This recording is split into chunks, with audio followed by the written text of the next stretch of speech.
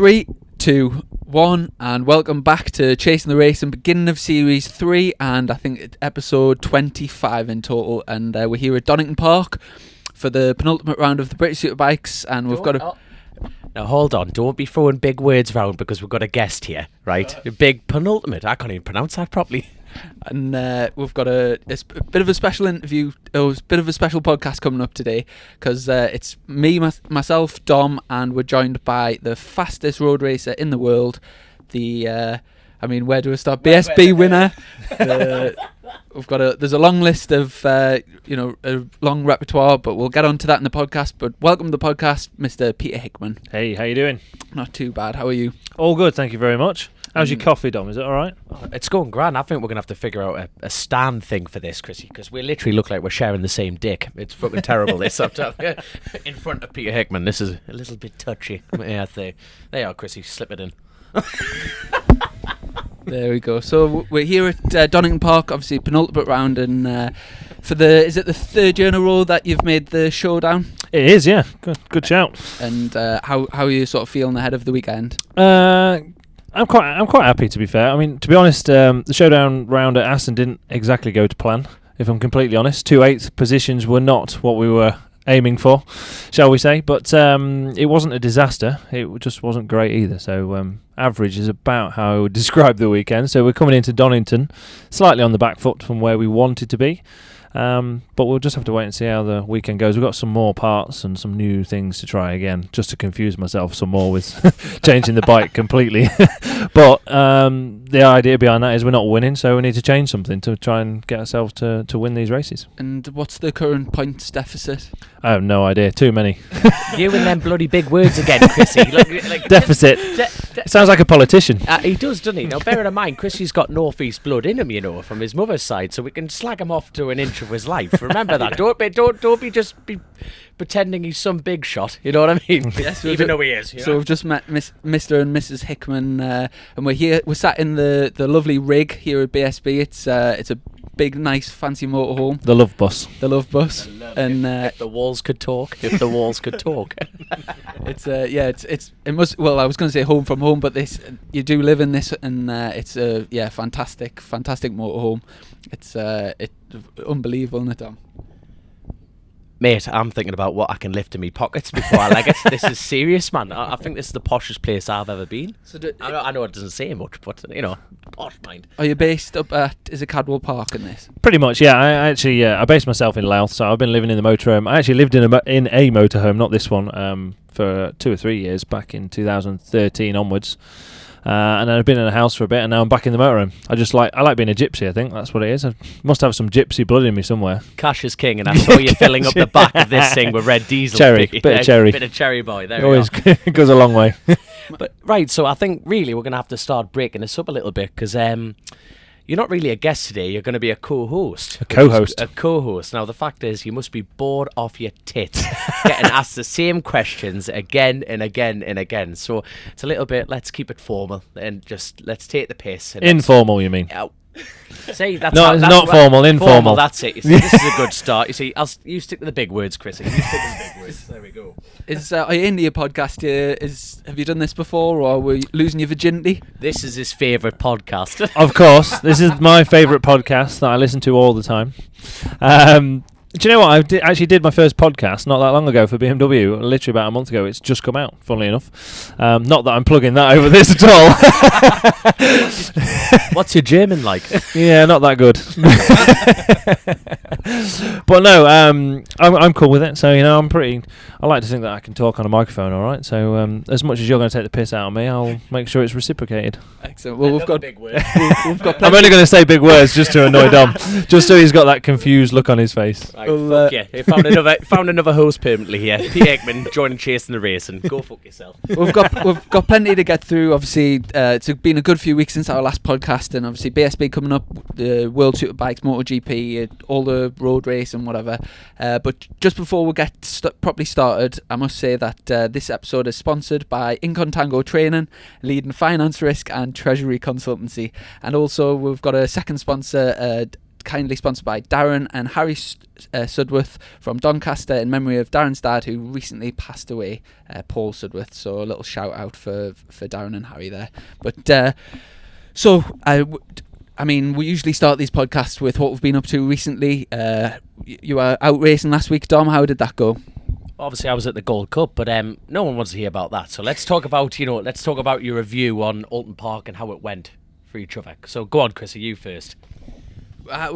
When was it? It was about 4 weeks I'm ago. going to say it's like a month ago now, isn't it, Alton? It feels ages ago, but since our last podcast, that's the only one left. It was a reasonably good round for me. Actually missed out on the podium in both races by like 0.1 seconds. So it's one of those where the difference on track's not a lot, but the difference between pulling into Parc Fermé and going on the podium or pulling into like the losers bit and just walking back. The first loser. Yeah, and just you're not even allowed to stand on the box. And just walking back to the it's not good. So yeah, I'm looking to put that right this weekend, should we say. But the last 3 races I've just missed out on the podium. So good consistent points, and we've been in the fight for the podium. But nobody likes finishing 4th. So, but since you hold on, number 5th place would love to finish 4th. Let's face it. Well, because obviously the superbikes have had Ulton and Assen. Ulton being the last round before the showdown, and it was a bit of a sort of squeaky bum for all of. Not at all. I was dead relaxed, like I normally am. Well, there was because obviously there was yourself, Christian Iden, Tara McKenzie, Danny Buchan. And there was Andy Owen and Forres. Yeah, and actually O'Halloran coming into the weekend still had a shout of actually being inside the top 6. So and there was 6 of us. And it seemed to go wrong for pretty much everyone at the beginning of the weekend with crashes. Obviously, Andy rejoining and dropping oil on the track, then yourself going down. There was lots of drama, and obviously you must have been pleased to have brought the bike back and got through to the showdown. Let's go back a subject here. Obviously, Irwin rejoining the track, putting oil down, and you went spuffing into the hay bale. Go on then. What was your initial thought, right, when you found out it was Irwin that did it? Or anyone, for example. Did you want to go like poke him in the eye really viciously? Let's face it. Come on. I know you're a nice guy, but I bet there's a little part of you. What did I think? I don't know. I'm not entirely sure what I thought. I wasn't sure. Yeah, politician. Yeah, He'll sort Brexit in a minute, man. Chrissy, I'm telling you. Sort it quicker than them clowns. Yeah, I guess. Unsurprised? Is that a bad? Is that? Yeah, I don't know. Unsurprised that it was Andy. But so obviously, with the incident that happened, it would be upsetting the fact that someone's totally disobeyed the rules. And but don't get me wrong, shit happens in this sport. But in the same breath, like, do you think? Nothing against Irwin at all, any of the riders, but do you think the punishment was severe enough? Is that I think making him miss the next race was, that's a pretty harsh punishment. That pretty much put a nail in his coffin for the showdown, basically.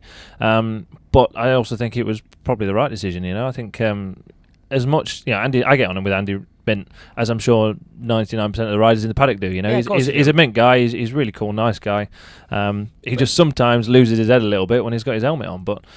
It's a hard situation to be in. He's just come from the back of the grid anyway after a mistake that he made at Cadwell, which I'm sure you've gone over already. So he was starting at the back of the grid. He's in that massive mix. He's trying to push through as hard as he can. It didn't even look like it was his mistake that he ended up on the floor. So he'd have been really frustrated that he just wants to get the bike back.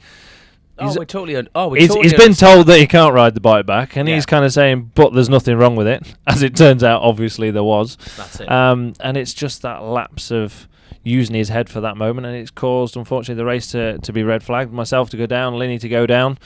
It's just, it was unfortunate, but, the lad's got to learn at the same time, We all know you can't get back on the bike unless it's in practice or warm-up, and unless the marshal said, yes, you're all right, because they've had a good look over it, and it's fine. But in a race, you're absolutely never allowed to ride the bike back. Right, there we are. But And then moving on to Assen, it was 2 weeks after, I think it was. How were you sort of happy with your performances? Obviously, not particularly. I felt like I tried hard, but I obviously used too much brake and not enough throttle at the end of the day, so we just weren't fast enough. So, to all you racers out there that want to improve, that is simplified motorcycle racing massively. Brake less, put more throttle on, you go faster. Simple, innit? I don't know why more people don't do it. Yeah, mainly me. No, Assen was. I actually went into the Assen round full of confidence, as I am anyway. I'm quite a confident person, thinking the bike was going to be mega around there, and we just didn't quite find the sweet spot. Even between race 1 and race 2, we made like huge changes, and I mean massive stuff that you'd never ever do between race 1 and race 2, just because I felt like we were too far out the window. That race 1. I did a 7th fastest lap. I was finished 8th, but I finished quite a long way down in 8th compared to where the podium was. I say that, I could still see them, so I guess it wasn't that far, but in racing terms it was far enough.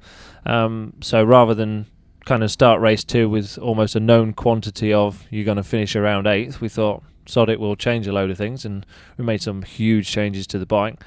I'm not going to go into exactly what it was, but there were massive changes. And we still finished 8th. So, not saying it didn't work, but however, we did the 3rd fastest lap of the race in race 2, so we did actually go quicker. I did pretty much the same lap time as I did in race 1, but the track temperature had come up and everybody went about half a second slower. So actually, I went the same speed as what I did in the first race. And everyone else went slower. So actually we did make an improvement. It's just the actual position didn't change. But again, it just meant that we were still too far out the window. We didn't quite have that little bit that would have put us on the podium. So with those massive changes that you make to the bike, like between those, now the rumour flying round that you could ride a donkey to the podium. Apparently not. Yeah, well, apparently not. No, but so it's interesting because the fact that you're such a relaxed attitude in your racing full stop. It's a bit like when you get to that point, do you really think about them changes at that exact point, or do you just think, just fucking ride the wheels off it? Cause well, you think like that all the time, but at the same time, especially in British Superbike, everything's so close. And we were only looking for little tiny bits. It wasn't a lot at all, I wasn't far off the lap record, and even in race 1 I wasn't far off the lap record, and yet I'm still finishing 8th. So, and it's sometimes the little things that make all the difference to get you to the front. And we were talking like we needed 0.2 a lap, maybe 0.3. It's not the end of the world. I put the back wheel in the front wheel, swap them over. Hey, we nearly did that. It was that big a change. It was massive, but that's the way it goes. With it being an upgraded BMW since the last time you were at Assen, obviously the World Superbikes have been there. Do you get any information from the World Superbike team about like direction for setup or anything? Yes and no. We run on Öhlins the same as they do. Our bikes are not that dissimilar. We've got the same suit of swing arms. Obviously we're on 17-inch Pirellis. Their tyres are slightly different to ours, as I found when I rode the World Superbike here earlier in the year. But in general, obviously the biggest difference is their electronics. Okay, they've also got more powerful engines because we've been running stock engines. So they've got a full Superbike engine. They've got a full Superbike gearbox, which we're not running at the minute. But their electronics change how the chassis reacts quite a lot. And you find that even moving from Superstock to Superbike, Chrissy, you'll find this out when you get to ride a Superbike properly. Whenever you come from the Superstock bike and you think, I can ride a 1000cc bike fast, and you look at your lap times and you go, oh look, I'll be about 12th in the Superbike class, give me a Superbike, I should be 8th or 6th. And nearly everybody goes slower because the electronics take so much out the chassis that it's really hard to explain. But basically the electronics mask so many problems that you don't even realise, and when you take them away, all of a sudden the bike becomes an absolute animal and wants to throw you over the fence and kill you every 5 minutes. Basically is how it is. So although the bikes between the World Superbike and ours are fairly similar, there are also some quite big changes which mean the setup's not exactly the same. So when you rode for the team in World Superbike spec, could you not just, as the rider, could you not just ask to turn it off, full whiskey it? I could I could do, but the fastest way isn't to do that. The electronics help in so many ways that mean that you can ride the bike a lot faster, which is one of the reasons why the World Superbikes are a lot faster than what we are.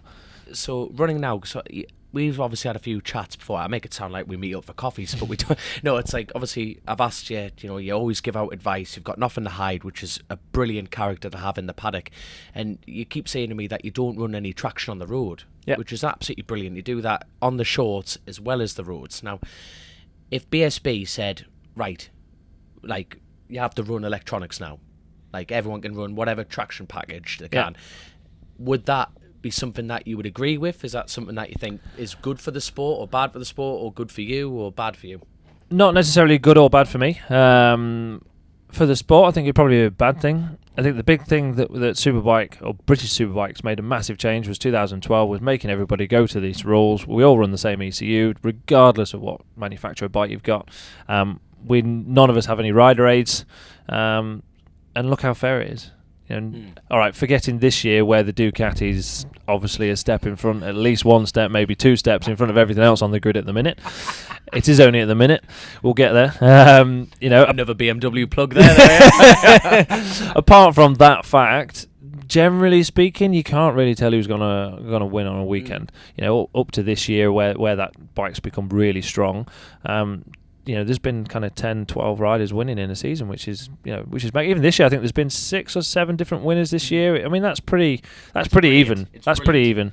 I'm not sure what the stat is for World Superbike this year at the minute, but it won't be anywhere near that. Yeah. Jonathan Ray, and Bautista at the start. Oh yeah, him. Do you feel like that your bike now in BSB spec is obviously with it being a new bike this year, and you've been getting add-ons all year, are you sort of getting to the point where you feel like it's you've hit that sort of sweet spot and it's getting there? Nearly.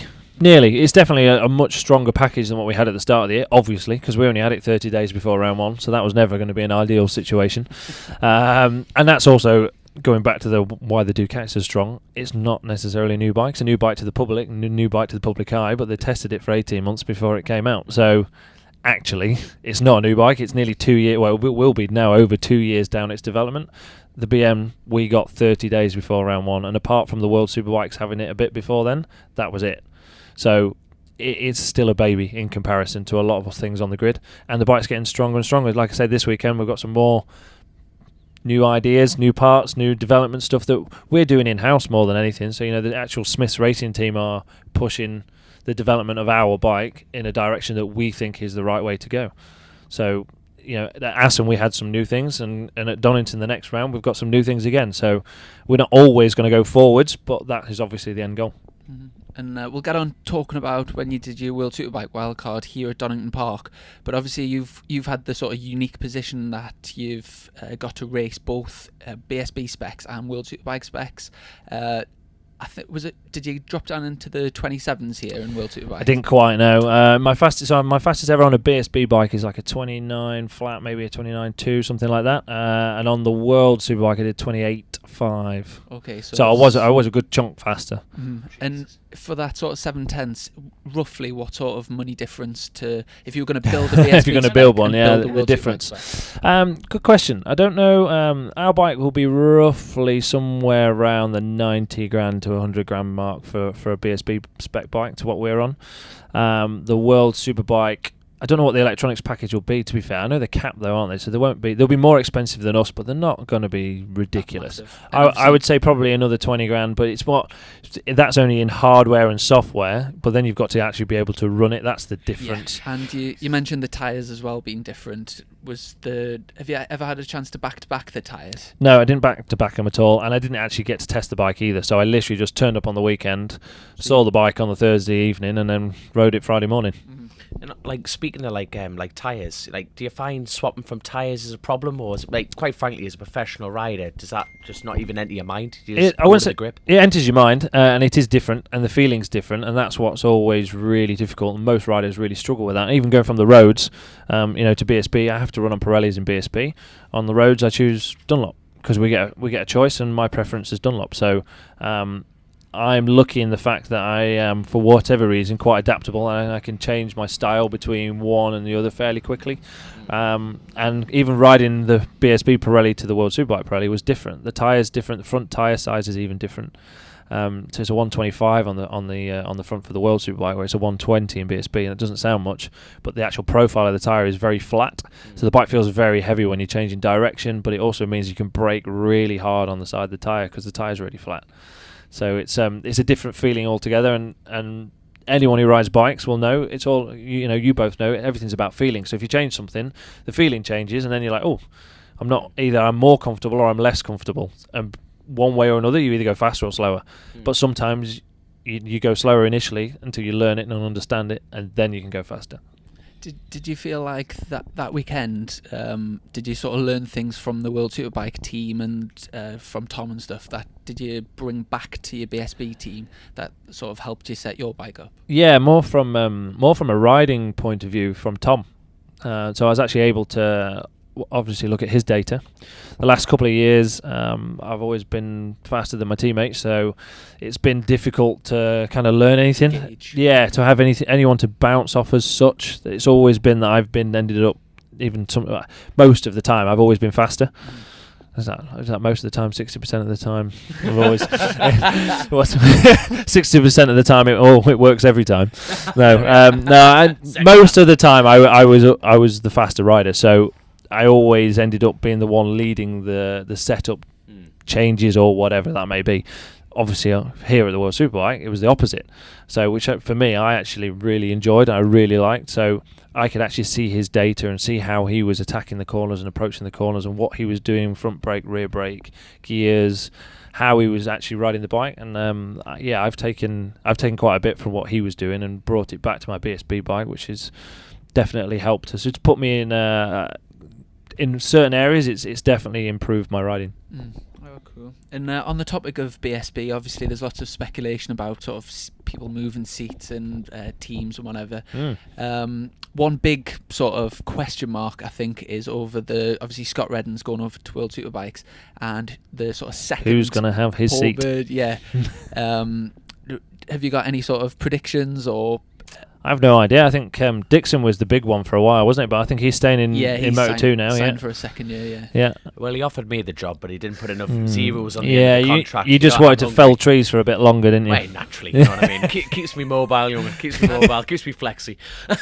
I personally think that Paul will be looking in the World Superbike paddock, and maybe Leon Camier. I think Camier's a big shout. I think that's really good. I think that would be a good shout. Mm-hmm. Good shout. I don't know from BSB who else he would talk to. I mean, Taz is obviously staying where he is. Jason is as well. I think there's going to be more. It's a bit of a filter situation. And once that seat gets taken, that's when everything else starts falling into line. I mean, there's a few riders that have definitely got signed, like we just said, Taz and stuff. But I don't know who else from the BSB paddock Paul would be interested in. Yeah. Do you feel the Ducatis, obviously this year, first, second, third in a lot of the races have been Ducatis, first, second, third in the championship. If you look at race wins, I think there's something like 85% of the race wins this year have been from a Ducati. The Ducatis have totally dominated the championship this year. If you were, say, in Stuart Higgs's position, would you be looking at the rule book for next year to maybe try and even up with the manufacturers, or... Yeah, I guess he's going to have some sort of a plan, isn't he? He's always got a plan, Stuart. From being on track with the Ducatis, is there anywhere that you feel they've got an unfair advantage over the rest of them? I wouldn't say an unfair advantage. The bike works in a very good way. Yeah, I mean, it's Ducati's not stupid. They've designed a bike to win races. They've pretty much designed a race bike and put lights on it, whereas everything else in the championship is a road bike that's then been changed into racing.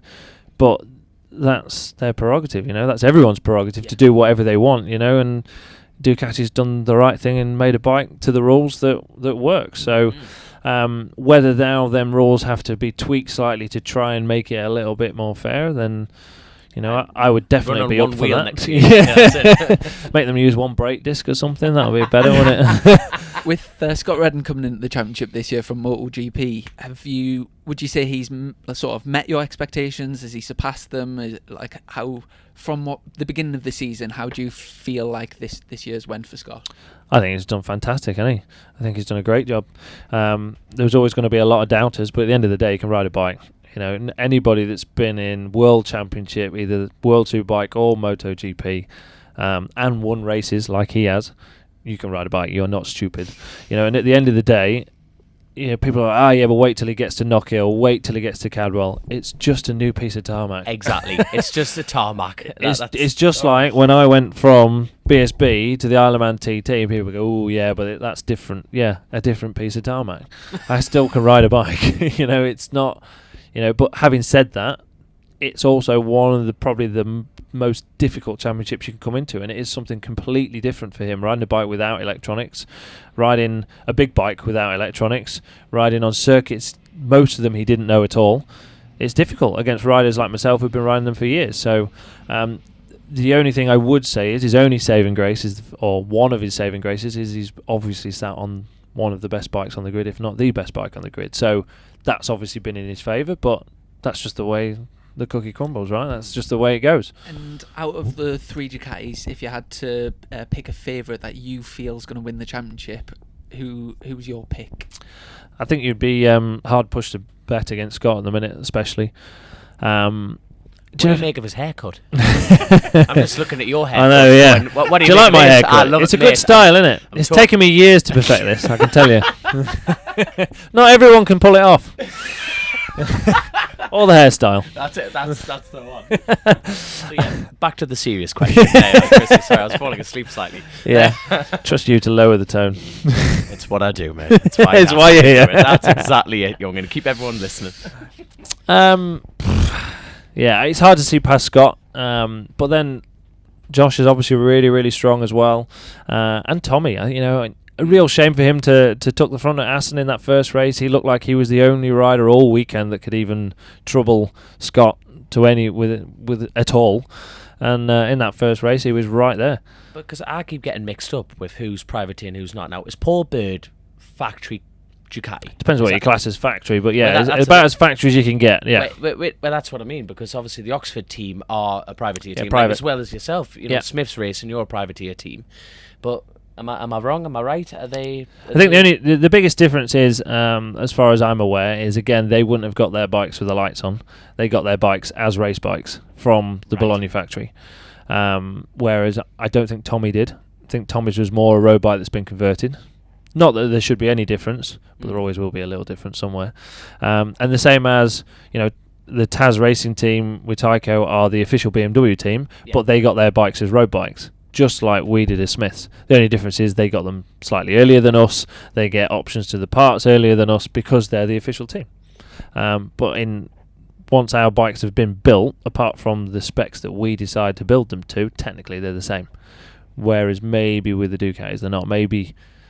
I'm not speaking that I know, but the PBM bikes, in theory, should be slightly better than Tommy's. However, to be fair to Tommy, he's been absolutely on the ball he's been right there, and he's hard on himself. I think I've watched a lot of interviews where he's kicking himself for finishing second and not winning, but he's right there, and he's right in with a shout of still winning this championship.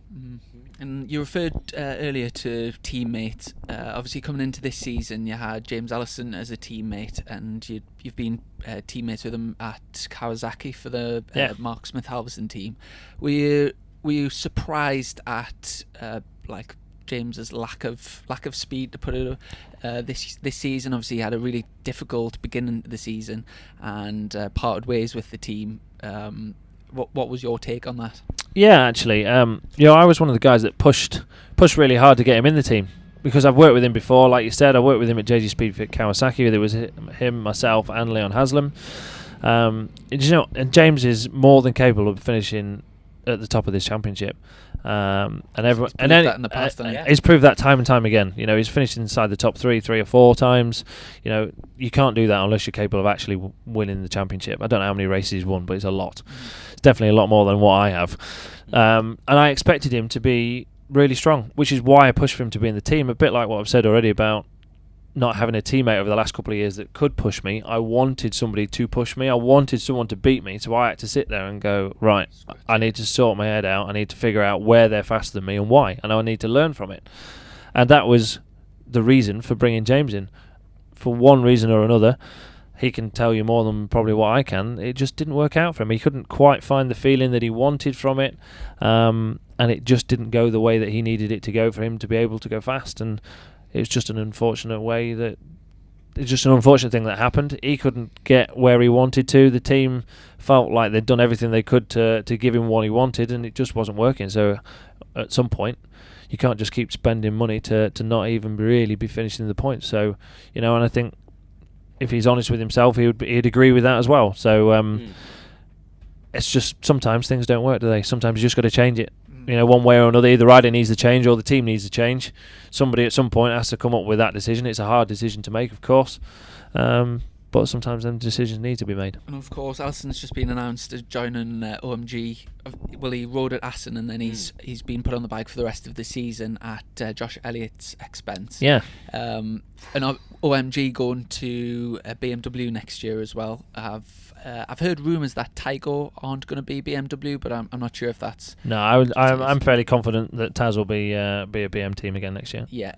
But they're the factory-back team, aren't they? So you would be shocked for that change. Now, who else has changed? Is it Buchan? Now, what's their team? They've become... FS3 has become the official Kawasaki team for next year, and they were... Sorry, the factory team were JG Speedfit. Which is Bournemouth Kawasaki. Bournemouth. Now, hold on. Are they pulling out the BSB next year? Yes. That's right, isn't it? So what's our poor Hillier going to do? I don't know. It's going to be interesting, isn't it? I mean, he's been with Bournemouth and in with them for... What the hell? Well, there's a job at Smith's, mate. If you're listening, James, just have a chat with Hillier. Well, I reckon he's been at Bournemouth since I've been doing the TT, I reckon. My first year at the TT was still with Bournemouth. So that's been 6 years. Jesus. At least. So, who knows? But I don't know if Bournemouth are going to not do the roads or whether they're going to go and do Superstock or whether they're just not doing BSB Superbikes, whether they do something else. I'm not entirely sure. That's going to lead me on to my main question. How important to you is track time? Because you look at Hillier, like UK Club Sport, right? They've got this little competition out in the magazine called Hillier Watch. Now, he just turns up, doesn't he? He turns up and he bangs out 132s. Yeah. I know that's slow to you, but he can't he? He just seems to turn up at the Northwest. He won his first Northwest there, and he just seems to just be able to just turn flick up it on and like go a light. fast. Exactly. Yeah. So what's your take on that? Because you spent the entire summer riding bikes last time. So how important is that to you? To me, it's massively important because I like riding bikes around in circles. So that's my take on it. Is I want to ride bikes as much as I can. So I do. So obviously you've had a month between Alton Park and this. So what have you been doing with your time between? Well, I did Assen. So I did Assen. Of course you did. Right. Because obviously I'm not in the Superstock, so I get to go to Assen, which is always good. So even between that, it's a bit like, what do you do? Do you just Well, I went to Ibiza for a couple of days, as you do. Track time is really important. Now I'm on a boat, coming to foam and titties everywhere. Shh! Don't give away all the secrets. What, the foam parties? Yeah, I don't know. I always seem to be flat out busy doing something. I finished Assen. I came back on the Monday after Assen. I didn't go home. I parked up at MSS with Nick Morgan, my old team boss who sat me back in 2012. He'll like me for saying that.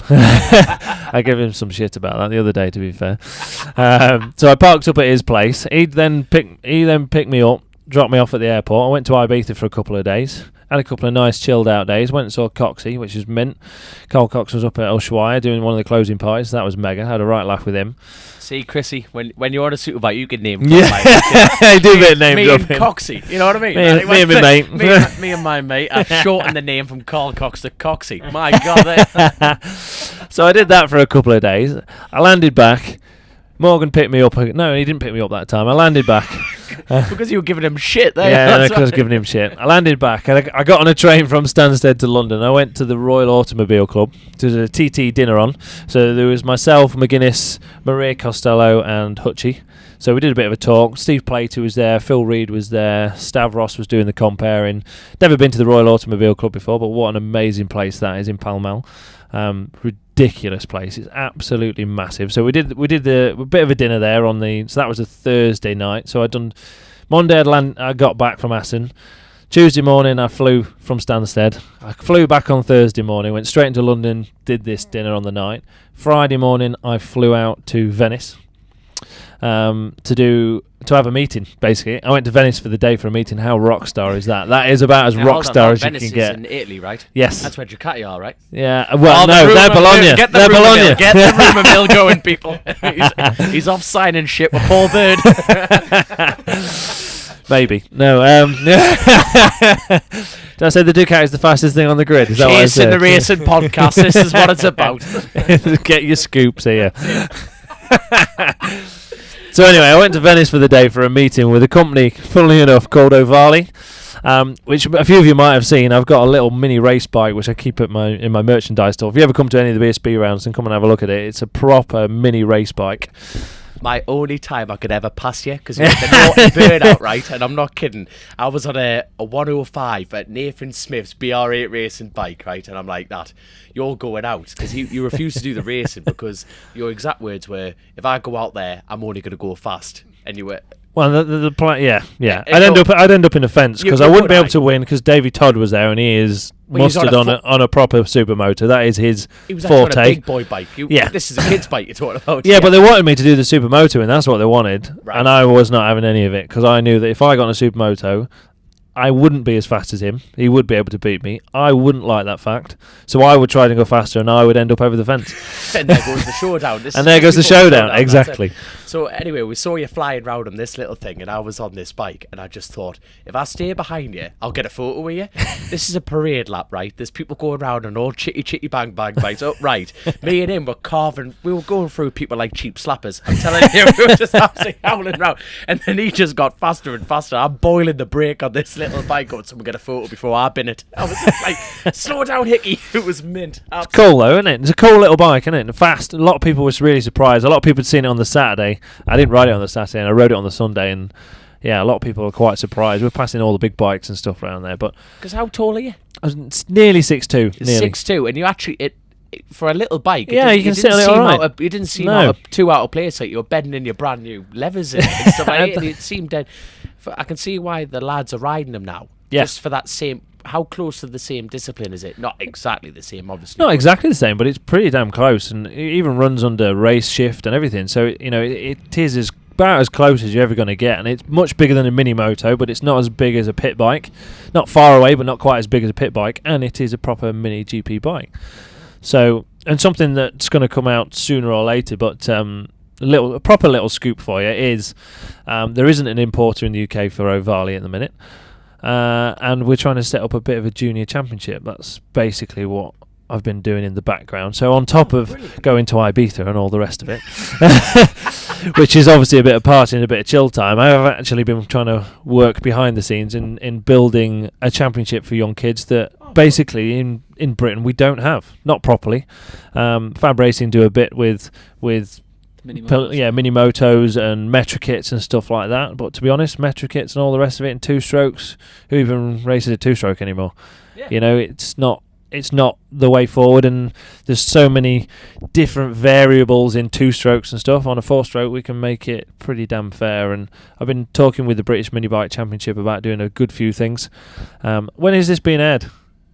2022 doesn't matter. Just keep going. Just keep talking. It should hopefully be announced by the time this comes out. We'll be all right. I'll just keep talking and dig myself a big hole. But anyway, but it's great that you're doing that. Myself and Alan Lord from the British Mini Bike Championship, we've been talking over this last few months about how we can generate some interest and get riders, boys and girls, into a championship that's fair, cost effective, and gives them a stepping stone into being something that's can actually put them in the right place and put them into racing properly. I was about to ask for the name, but leave that scoop for your own. I'm going to leave the name. Leave the name alone. But it's brilliant that you, obviously, your career is its own legacy, but to have that, to step that knowledge down, and that's brilliant. And that's kind of part of what we want to do. I want to do some days with the riders and go, right, this is, get some of the press down and go, this is how you present yourself, this is how you talk. You're going to have to come. Mate, can you sign I'm looking at you, Dom. You need to come. You need to sign up. The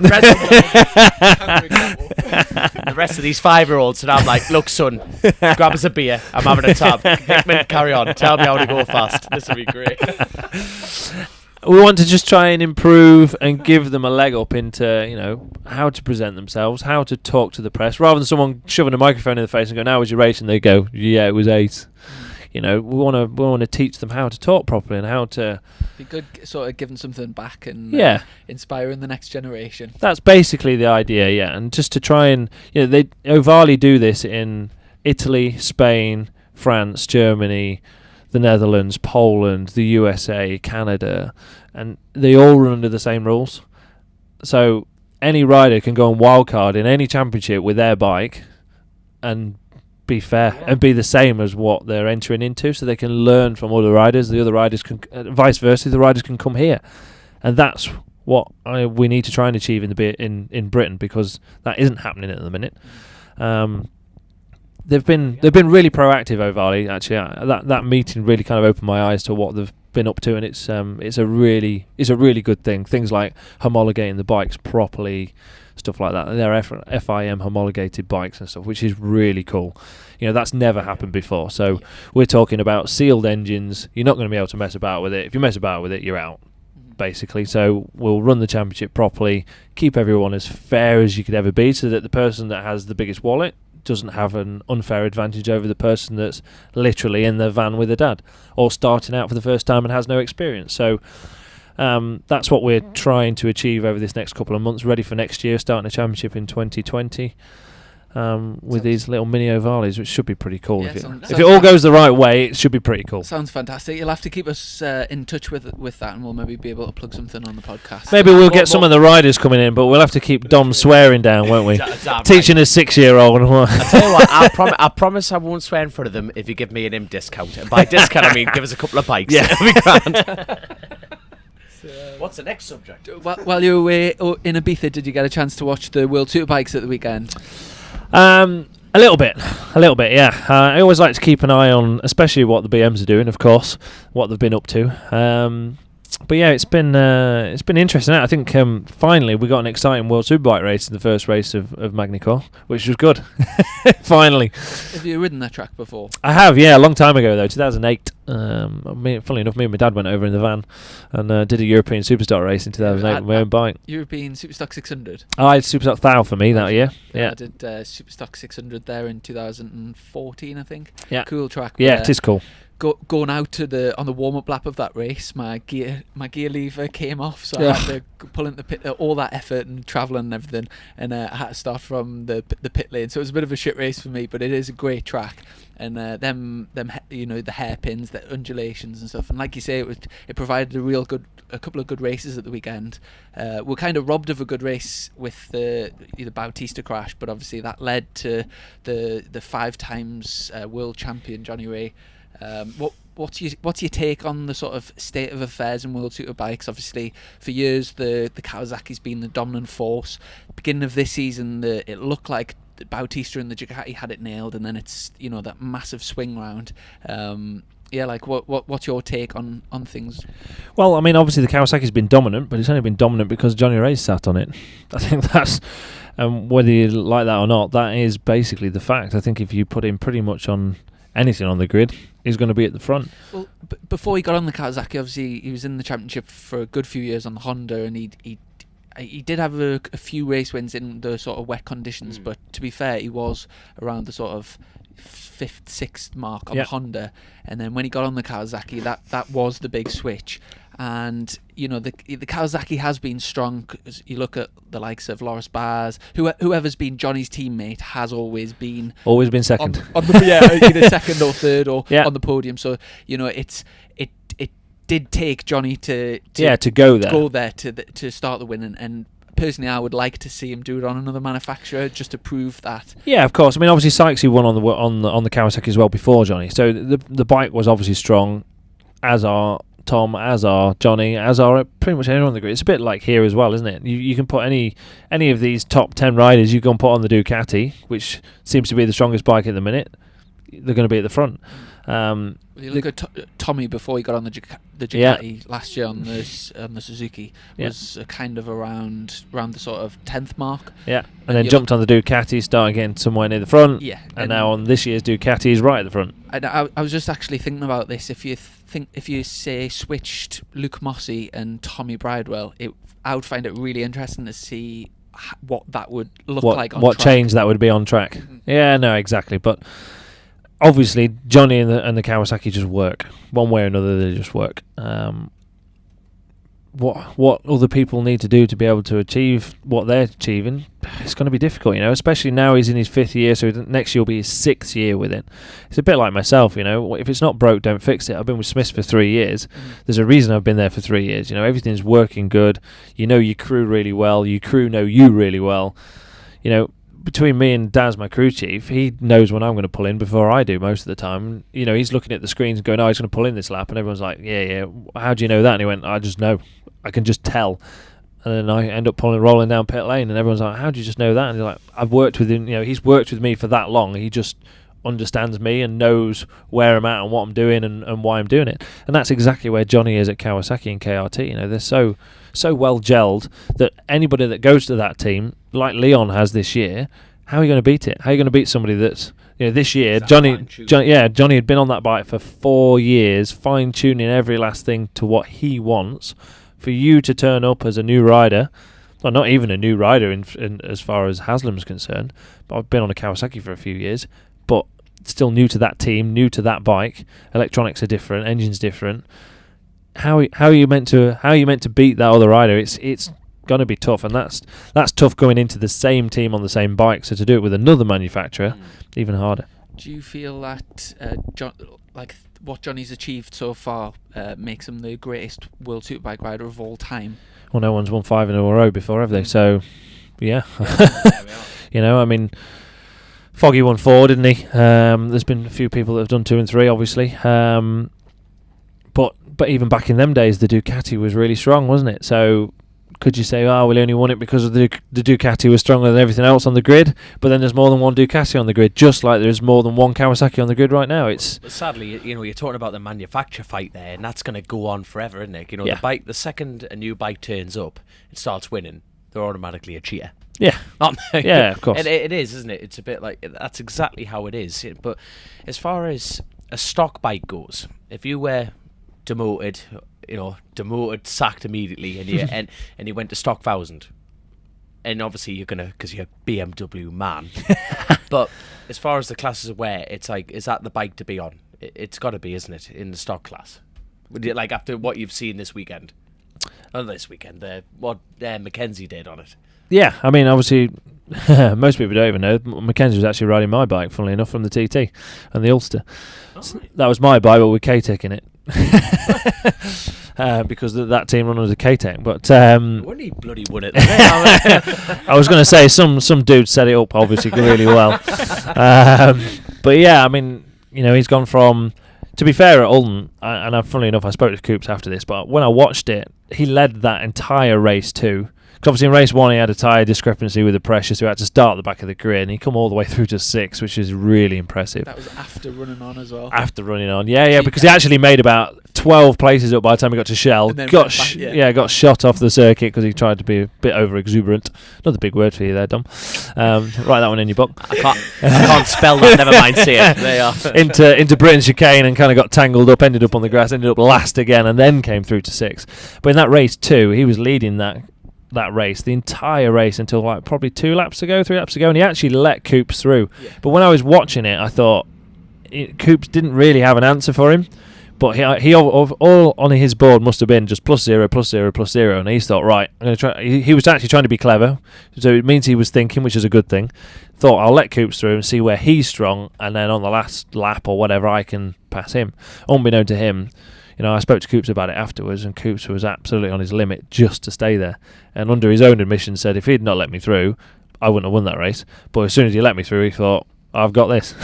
Because they were so evenly matched that they could only really do what each other was doing. And obviously mentioning Mackenzie, it's just been announced that he's going to finish the season with Tyco BMW in the Superbike class, as well as racing in Superstock. Loads of laps, loads of mileage. How do you think he's going to fare up on the Superbike? I think he'll be really good. I think Taylor's is a good, mature rider. Like I say, even in that race, although he lost it, he was thinking. And a thinking rider's always going to be a good rider, as long as you don't overthink, of course. But no, I think he's gonna do a great job. He's not. I spoke to him earlier actually, but he's not actually had a chance to even sit on the bike yet. He's not ridden it at all. So tomorrow is going to be his first go on it. But the lad can ride a bike. There's no doubt about that. And it'll improve his super stock riding as well, because he's going to have so much track time this weekend. Every time he jumps on the stocker, he's going to be nice and sharp and fresh from riding the superbike. So I've done that in the past, riding stockers and superbike in the same weekend, and I actually rode two different types of bikes. So I rode a Honda Fireblade superbike and a Yamaha R1 super stock bike at the end of 2008. And it still made my stock riding faster, even though I was riding two different types of bike. Whenever I jumped on the stocker, I was just up to speed already. So as soon as I went out of pit lane, I was on it. So, and that obviously shows with your TT performances as well. Being able to hop off a big bike onto a stocker. Yeah, yeah. And is that as far as let's go back to the Ulster Grand Prix. As far as your how did that go? Is that good? Yeah. Oh god, it was very good, very very good. Some wanker won it again. Yeah, it was you. It's a case of when you look at the races, your superbike dominance was just unreal. It was absolutely unreal, and obviously you and Dean get along, and it was a massive talking point, and it was just the discipline that you've taken from the shorts here over your years of riding, in that one lap. That 136 was it? Yeah, 36, 415. If you must know. It was just astonishing. It was, and just the way you just delivered that lap was just far superior than everyone else. And that's not. And I'm a big Dean Harrison fan, like we all are. We're all good friends, but that was just utter dominance. But my point here is on a total different class. Like Lee Johnson was the only man who took it to you at the Ulster Grand Prix this weekend.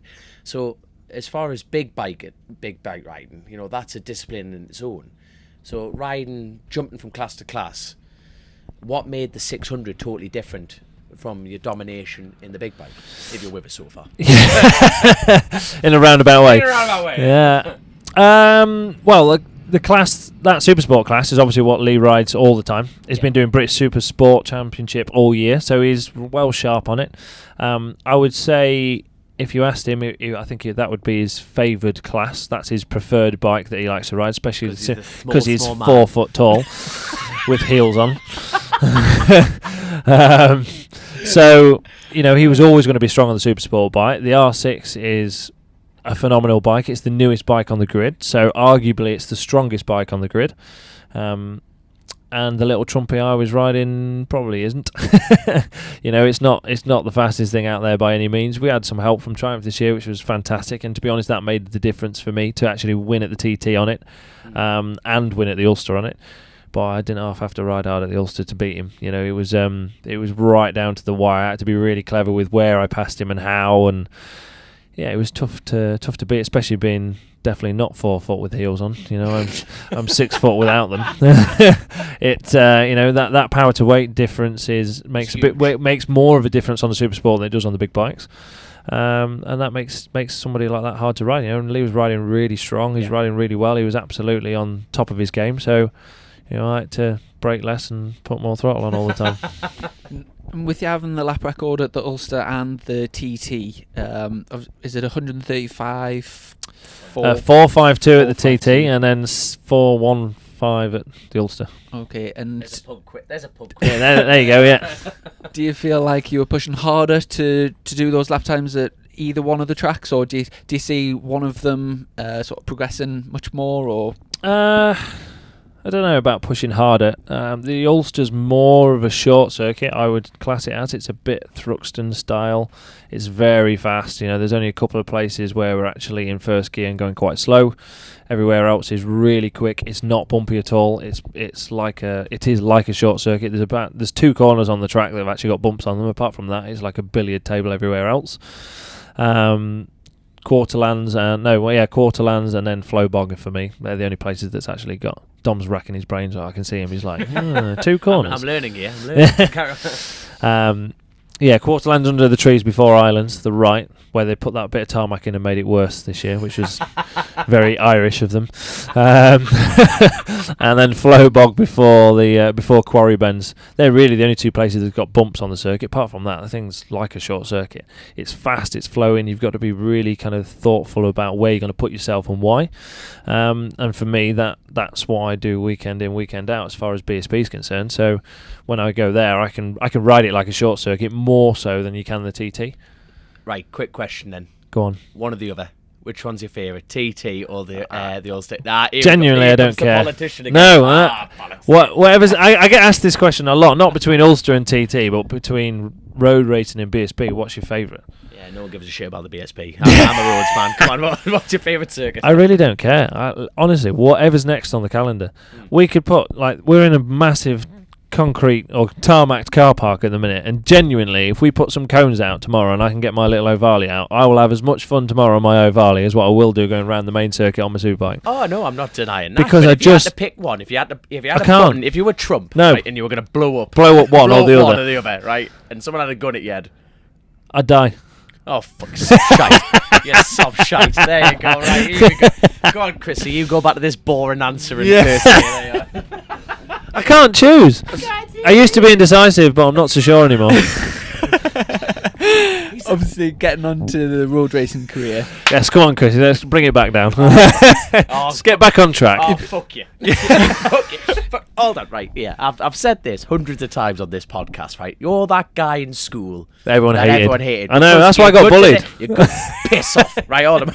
Right, you were good at languages, you were good at PE, you got all the birds, right?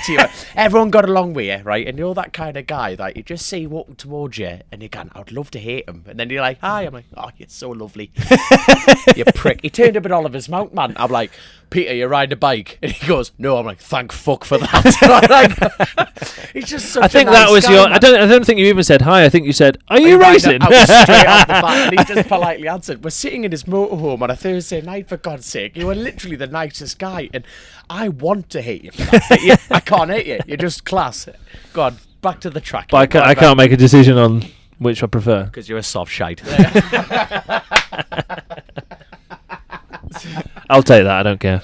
So getting on to the road racing side of things, obviously you've been talking about like racing back years and years ago in BSB, and you had a BSB career before you made the switch to road racing.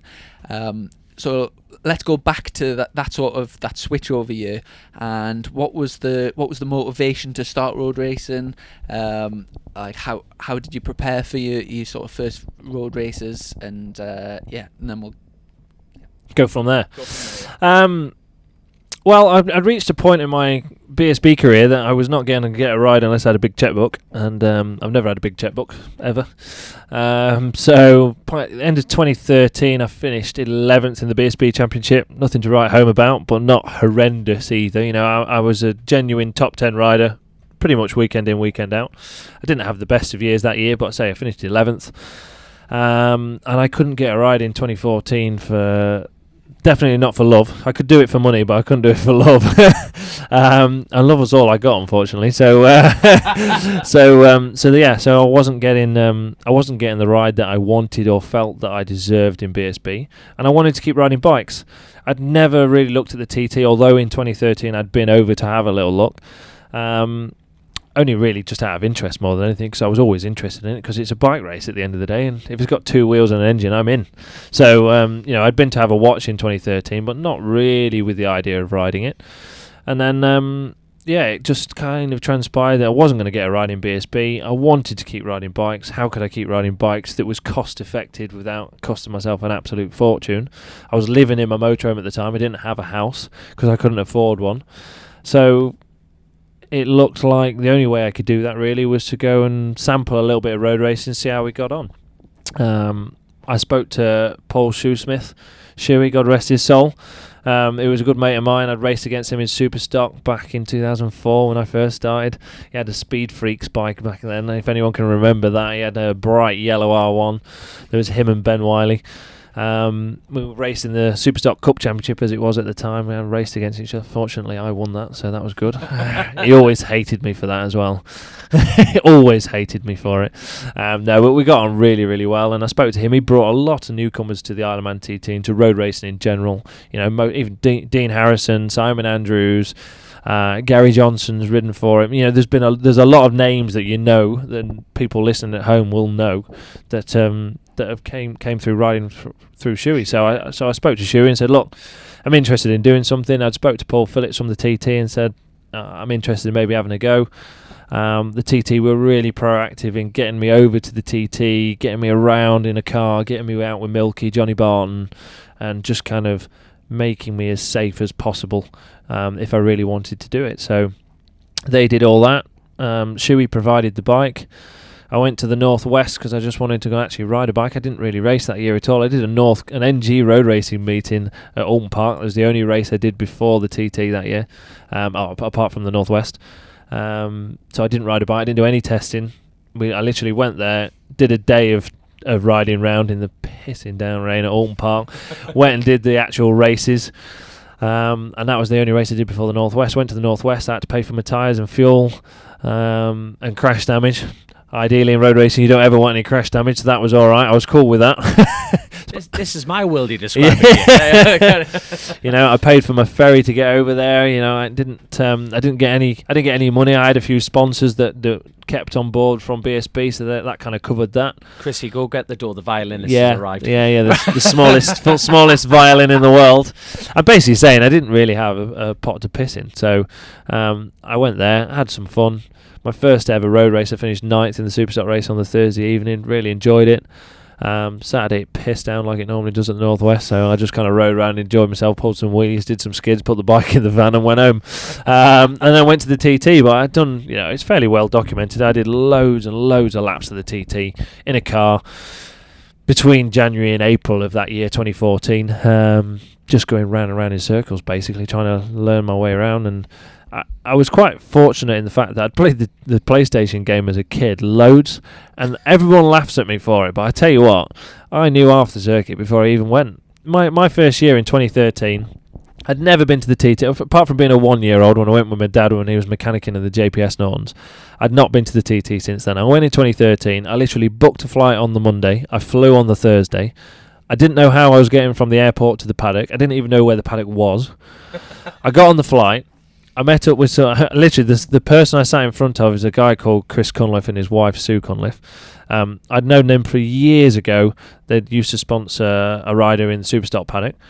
So I got on the plane and went, oh, and they went, oh, what are you doing here? And I was like, bloody hell, how are you doing? Not seen them for a few years. They went, oh yeah, we always come to the TT. We love it. Blah blah blah blah. We've got a bike over. We're just flying over. It's all there already.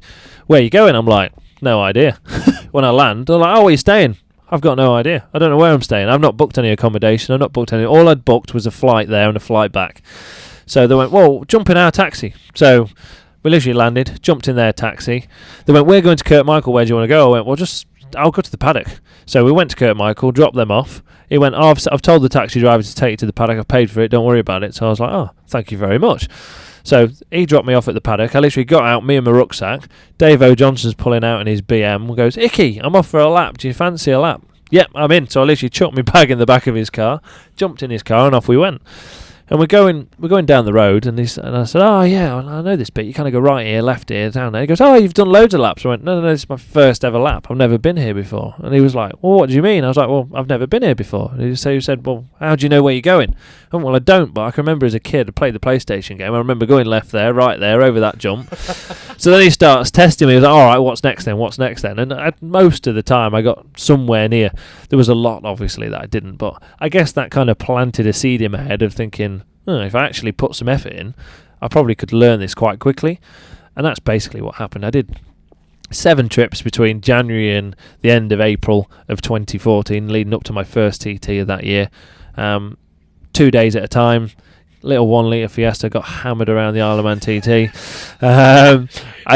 No discs, no pads, no nothing, tread, nothing. Nothing left at all. I generally did kind of 5 laps on the first day, 5 laps on the second day, so 10 laps a time. It takes about an hour in a car with open roads, and to be honest, Manx drivers are more dangerous than anything. I think that was actually more dangerous than riding round on the bike. So it takes about an hour in a car, so you're looking at 10 laps, 10 hours for every trip, and I did 7 trips, so I did 70 hours worth of just driving round and round and round. So I did a lot of training, and I got to see it a lot. So by the time I actually rode a bike for the first time, I didn't have to think about the circuit so much. I was just riding. And then when it comes to doing your newcomers lap, the first lap that you do is behind the behind Milky, yeah. So you do it behind a. And then do you know, your first ever lap by yourself. Do you know? Can you remember what lap time you did? Yeah, 109 mile an hour was my first lap. Bloody hell, it's a good starting point, isn't it? My second lap was 115. Bloody hell. And then obviously that first year, the fastest newcomer, you still hold that to this day, don't you? I do, yeah. Davey came close. He did come close. I actually thought he was going to do it, Davey, to be fair. But yeah, he didn't quite. He did 128, didn't he? But yeah, no, I did. So first lap was 109, second lap was 115, which is obviously a flying lap. Yeah. Came in, fueled up, and I had time to do one more lap, and I did 115.1 standing start on my final lap, which is also short lapped as well. So they always nick a bit off you. So it'd have been a bit more than 115. And then the next night, I did 117 standing start and then 119.6. So that was my 5th ever lap. Was 119.6. So I was pretty quick straight away, and genuinely, like, I came in after that first night doing 115 or what. No, it was the second night. I did 119.6 on that lap 5. I came in for fuel, obviously, because it was my second lap of the night. And Paul Phillips come straight up to me and went, "Mate, you all right? Is everything okay? You need to slow down." I was like, "What? What are you on about?" And he was like, "Do you not know how fast you've just gone?" I'm like, "No idea. I've told everyone not to tell me. I don't want to know." And from that, and he was like, I think from that point, he then went, "All right, okay." So he kind of chilled out a little bit. I think he thought I was just there to try and chase a lap time, and I genuinely had no idea what lap time I was doing. I just told everyone, "Don't tell me what I'm doing. Just keep filling the bike up with fuel and sending me back out. Just let me ride." And for sure that helped. I did 123 by the end of the practice week. My first race on the Superbike race, I did 126 in the Superbike race. Which is the first race, and then in the stock race I did something like 125, 126 again, obviously on stock tyres, not on slicks. And then the final senior did 129.1, which would have been a bit faster. There's a couple of yellow flags. No, there was one yellow flag for Horse Tiger, crashed at Milntown, which is really fast section, 5th gear through there. So I was back to like 2nd gear through there, so I lost a lot of time there, and I caught a back marker in a bit of a bad place. But apart from that, it would have been close to 130 in my first year, which would have been 129 is mega in it, but 130 would have been a real kind of milestone to get to, and on a Superstock bike. Mm-hmm. So it was, and it was a genuine Superstock bike. There was nothing special about it at all. I did the first 4 laps on one tyre and then did 1 tyre change, so I had a 2-lap tyre at the end, so it had a bit more grip, which is where the extra time come from. And then obviously, speaking of those like sort of 129 mile an hour laps, in comparison with what you do now, obviously you've lifted it up to 135. Obviously this year the weather conditions weren't ideal, and you didn't really get a good bite at the cherry to progress that lap time. But from that 135 mile an hour lap, is that you maxed out, do you think, or do you think there's a bit of room for improvement? There's always room for improvement, as I'm sure you're more than aware of, especially at the TT. Dom would tell you this. There's 250, 60 corners or whatever there is. You can't get everything perfect all the time, especially at them speeds. You might only be half a foot slightly wide or whatever you may think. You can never get everything perfect. I would like to think I'm a fairly accurate rider. But you always feel like you've gone through a corner and you go, I could have just done a bit more through there, or I could have just done this a bit nicer, I could have used a bit more road there, or I could have been a bit tighter here. There's always something, on that 135 mile an hour lap, which sounds ridiculous when you say it, doesn't it? But I actually passed 9 riders on that lap. So I passed a lot of back markers on that lap, which is, again, they all cost you that little bit, even if you catch them in a nice place. Because what's your... you see, this is terrible. I'm a road race fan. I can't remember your start number. But what's 10? You're going number 10. So do you prefer going at number 10 just for you to chase a rabbit kind of situation? Couldn't care less. You couldn't care less. No, not bothered at all. There's all this bullshit about I no, need to be number 1, or I need to be number 3, or I need to be number 6, or whatever. I got seeded at 20, and I was like a dog with 2 legs. So just to be seeded, It's nice to be seeded, isn't it? It is nice. It's like recognition to go, actually, son, you can ride a bike, all right. But I'm just wondering, because at the end of the day, I'm always looking to progress, like every rider, even yourself. But I always assumed that you got to pick your number. Or do you get an option to pick your number? Possibly a little bit. I'm sure if I kicked my toys out of the pram, I could probably get what I wanted, since I'm the fastest rider there. Yeah, no, I was just wondering how it works. I'm just like... Genuinely, I couldn't care any less. You'd be happy to go down road number 1, because a lot of riders like, I wouldn't go down number 1 and stuff like that. I would guess that's probably the only one that I wouldn't be that keen on, actually. Really? But not because I want people chasing me, more because I'd be the first bike down the road for the last hour, and there's a lot of wildlife about on the Isle of Man. See, I'm louder than the bike, so I'd be fine. That's all right. You'd scare the rabbits off before you've even got there, wouldn't you? I would love to go number 1, because then all the fast lads... That's how I'd learn, because Hillier massively changed his riding when he went at number 1. Yeah. You had the McGuinnesses, you had all the top lads going past, and that's how you learn. And sadly, at 20... Yeah, you're not getting that so You're much. not getting that. No, but obviously He's got something to say. he has.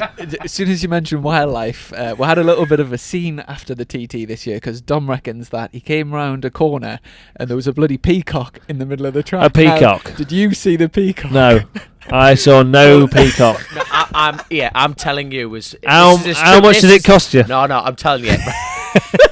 What would you have done if the peacock hadn't been there? No, it wasn't that. It was just the sheer mesmerising moment, that the fact that there was a beautiful God's creature. Did it flick its feathers at you as well? It was smoking a tab, reading a paper, and eyeing me up. I'm telling you. Tipped in, like coming in the after the Highlander, tipping in the Greba Castle, right? Full tilt, not as tilt as you, but I'm going in. I'm trailing into there, right? And there's this peacock eyeing me in. I'm telling you, on the apex, and I'm going. The first thing, not thinking, oh, that's the end. All that went through my mind was, there was a fucking peacock on the apex, and no one believes me, right? Everyone takes the piss. We've had over 40,000 listeners on this fucking podcast, and no one believes you. And the one chance people were going to believe me is if I said it, I saw it. Yeah, and I didn't. Fucked it. And I've actually already asked you this question at a chat show down at the North Yorkshire, but we're speaking about you obviously want to win at taking the least amount of risk, and obviously win at the slowest pace possible. Absolutely, and obviously you've had Dean Harrison chasing you, or being pushing you over the last couple of years. Been a pain in the ass. That's what he's been. Yeah. Do you feel like you're pushing as hard as you possibly can, or do you feel like if, say, Dean raised the game, that you've got the capabilities of raising your game as well? Yes. You win at the slowest pace possible. Dean's always fast out of the blocks, and that's been the strategy actually at the TT for a long time now. That it's all kind of won and lost in the first lap or two. I've changed that because I don't like being like that. Because I like to get a few miles under my belt, make sure the bike's good and all the rest of it, and then I'm happy to crack on a little bit more. But the problem with that is I normally give away 5 to 10 seconds to someone like Dean, who is fast out of the blocks.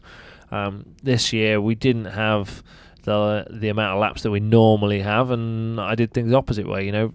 Just the first lap of the senior this year, Dean did 133.9, which is a fast standing start. Bear in mind we had no laps at all.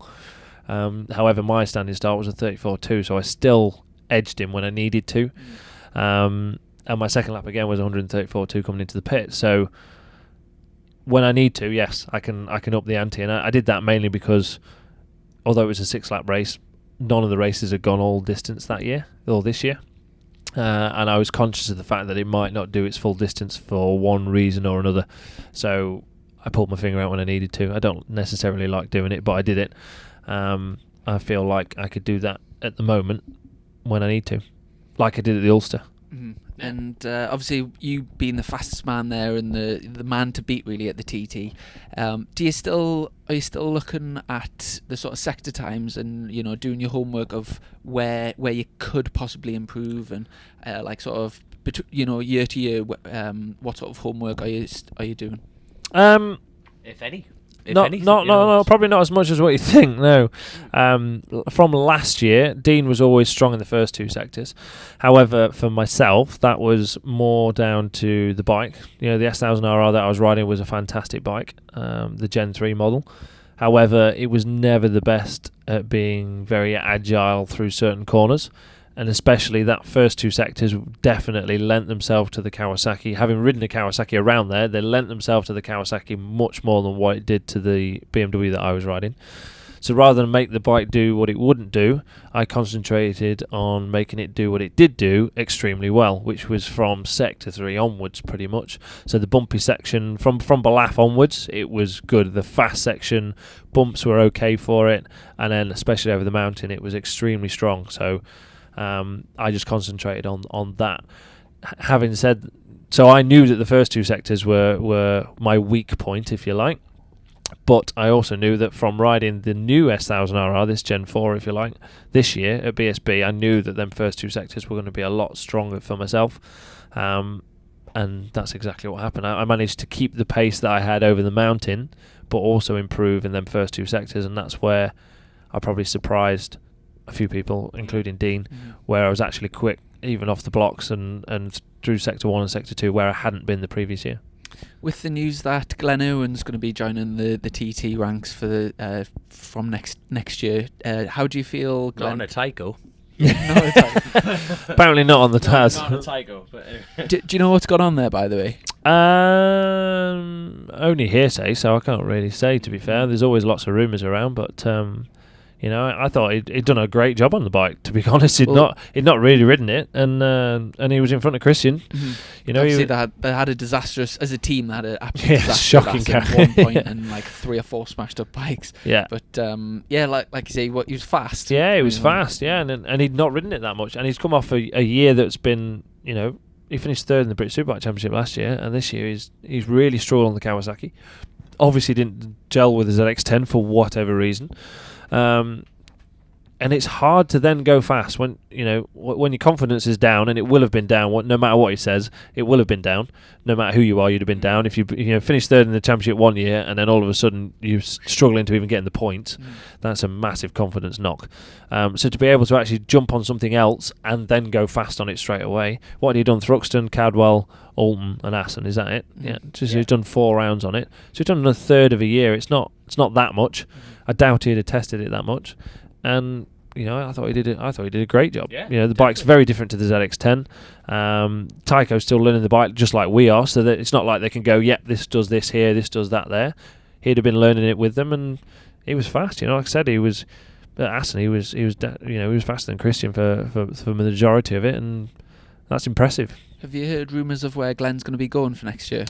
Oh, I've heard lots of rumours. I've heard that he's possibly joining his brother at Honda. Yeah, I don't know if he's joining his brother. I don't know if Andrew's staying or not. I've basically been told the same thing, but who actually knows?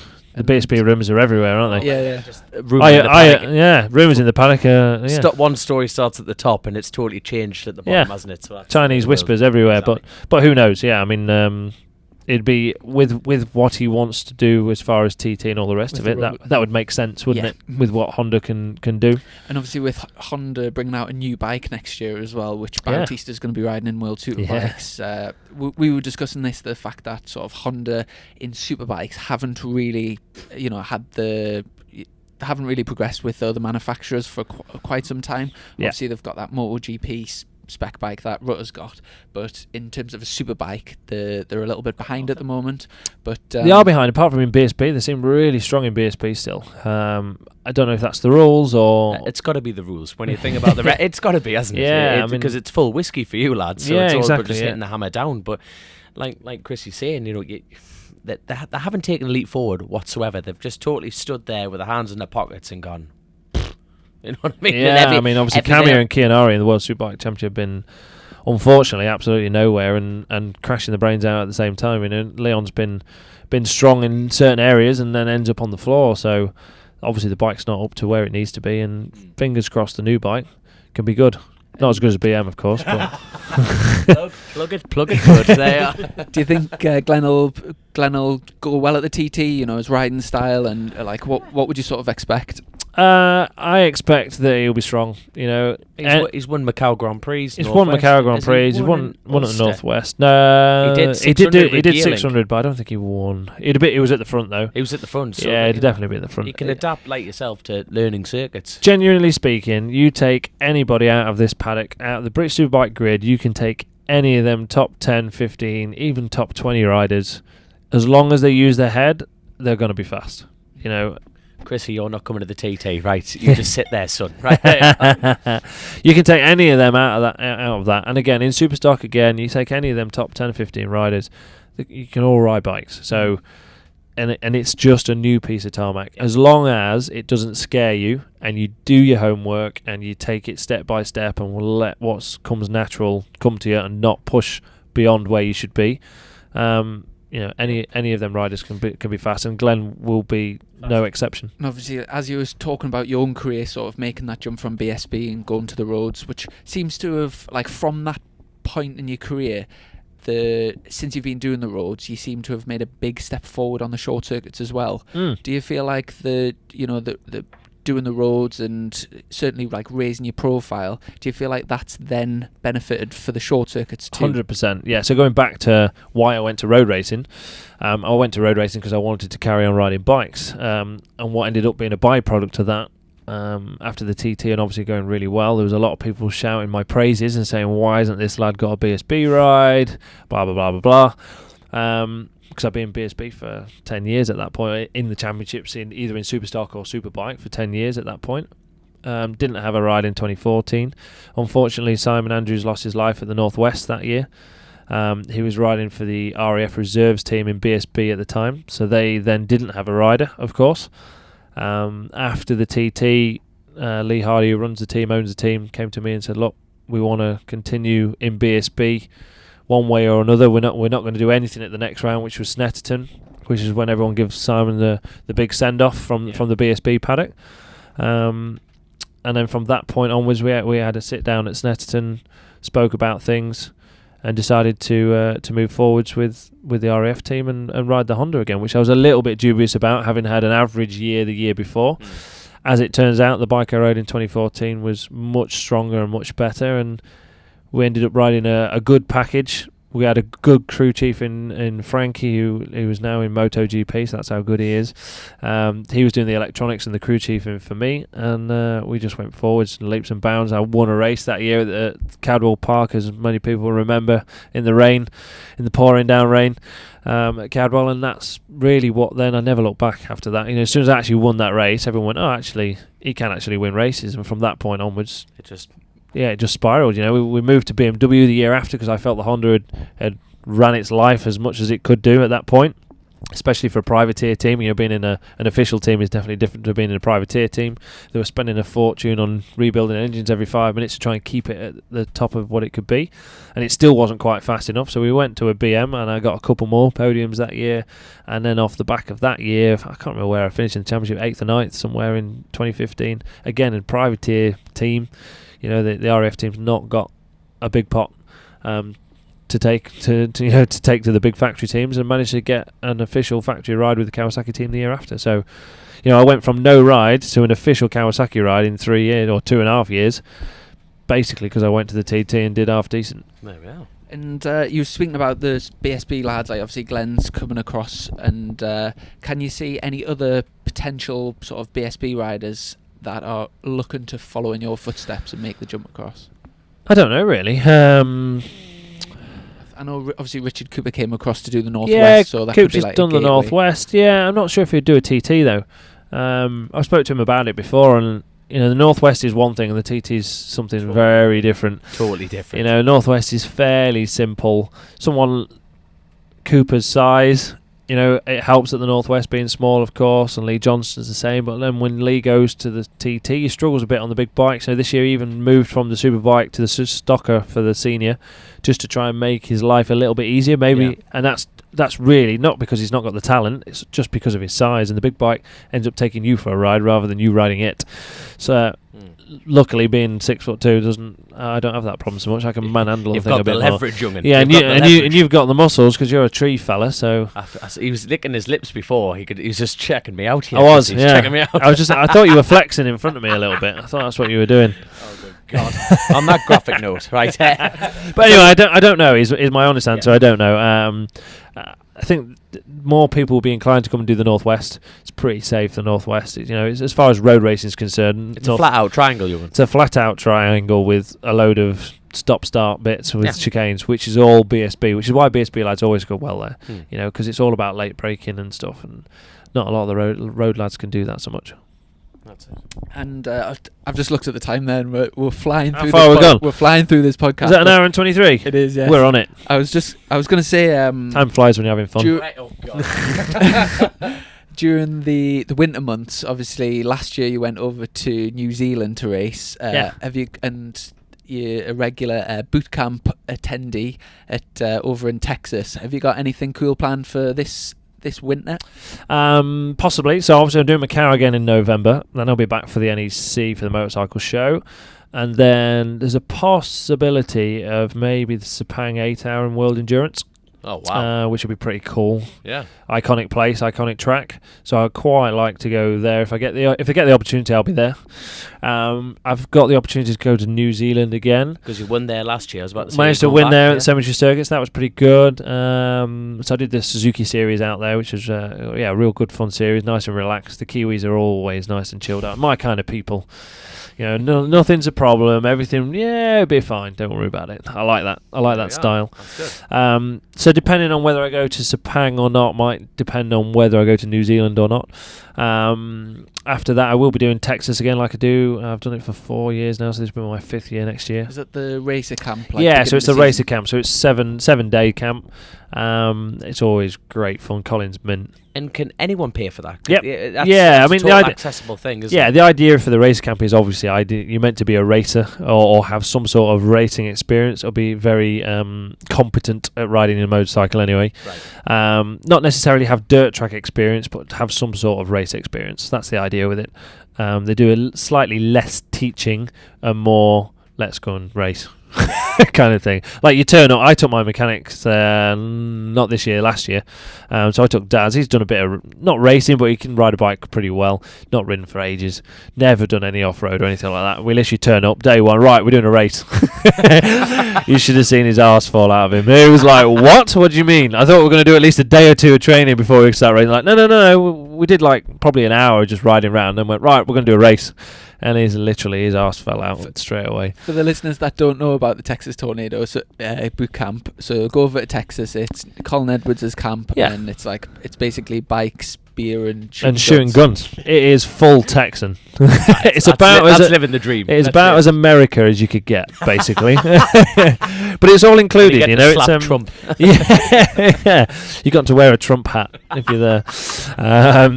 No, it's a really good week actually. I'd actually recommend it to anyone who can ride, or even if you want to learn to ride. Even for the not the racer camp, they do normal camps. They're only 4 days long, but they cram a lot of information, a lot of how to ride a motorcycle into them 4 days. Everything's included. The price is the price. Obviously, from us over here, we have to fly over, so there's going to be your extra cost. But actually, once you step foot on in the saloon, because it is a saloon, it's a proper boot camp. It's got bunk beds and all the rest of it. There are some VIPs for the rooms for the snobs out there, but I'm too tight. I like to stay in the bunks. It's a bit cheaper. That's the northeast. That's the northeast coming out of me. It's all included. So you can literally turn up with your boxers on and your toothbrush, and they have got everything else. They've got boots, all the motocross gear, helmets, gloves, your bike's included, your fuel's included, your food's included, breakfast, lunch, dinner. All your beers included, as much petrol as you can burn is included. So once you get there, you don't spend a penny, and it's one of the best experiences you'll ever have. So if you've never done it before, if you've thought about doing it, get yourself over, get on the website, Texas Tornado Boot Camp, and get yourself booked on. Our joint pal Ali Roland Rouse, he's been a couple of times, and he absolutely raves about it every time I speak to him. So I'll have to get booked up at some point. You will. have to stop being tight. Well, just He's a teacher, you know. He's got plenty of money, not a poor and tree lots cutters. of holidays being a teacher, right? only work 3 days a week as well, Monday, Tuesday, Wednesday. So. But just before we finish, I've got a few quick fire questions. Go for it. So first one. Is the zero race, should it be classed as a TT race? Oh, yes or no? ouch. This is yes or no. This is quick fire, quick fire. Yes. Yes. Oh, there we go. Second, what would you choose? 2020 BSB champion I knew you were or gonna say this. greatest ever TT racer, surpassing Joy's wins and being classed as the best TT racer of all time? Oh, I've never even thought about it. BSB champion. Third one, other than the Smiths Racing team, who's the best team boss you've ever had? MSH, Mark Smith Halverson. On the Kawasaki? Yeah. Yeah. Yeah, that year on the Kawasaki. And fourth was one, and he is a Marmite kind of person. You either love him or hate him, but he's. I'm more of a love kind of person. Fourth one, I've got a feeling that we're not going to get an answer for this one, but who's the biggest bellend you've ever raced against? Oh, for God, that's Dominic Herbertson. I don't even have to think about it. Have you got any quick fire questions, Dom? He can get fucked. Spot on. Well, before we pack away, obviously you mentioned your merchandise before. If anyone wants to get some merchandise, where's the best place to get it? Best place to get it is online, peterhickmanmerchandise.com. And if you want a Trooper helmet, there's a few of them left. Not many, but there's a few of them left. It's trooperhelmet.peterhickman.net. So if you do want a Trooper helmet, there's only 666 of them, so they're very limited. There's only a few left, but there is a few, and that's the only place you can buy them. You can't buy them anywhere else. So what are they retailing for? they are $7.99, but they're a special thing. 666. No, I know 666 was the idea, but it just didn't happen. It's one of those things as well. With being limited, they'll be a good investment. They'll be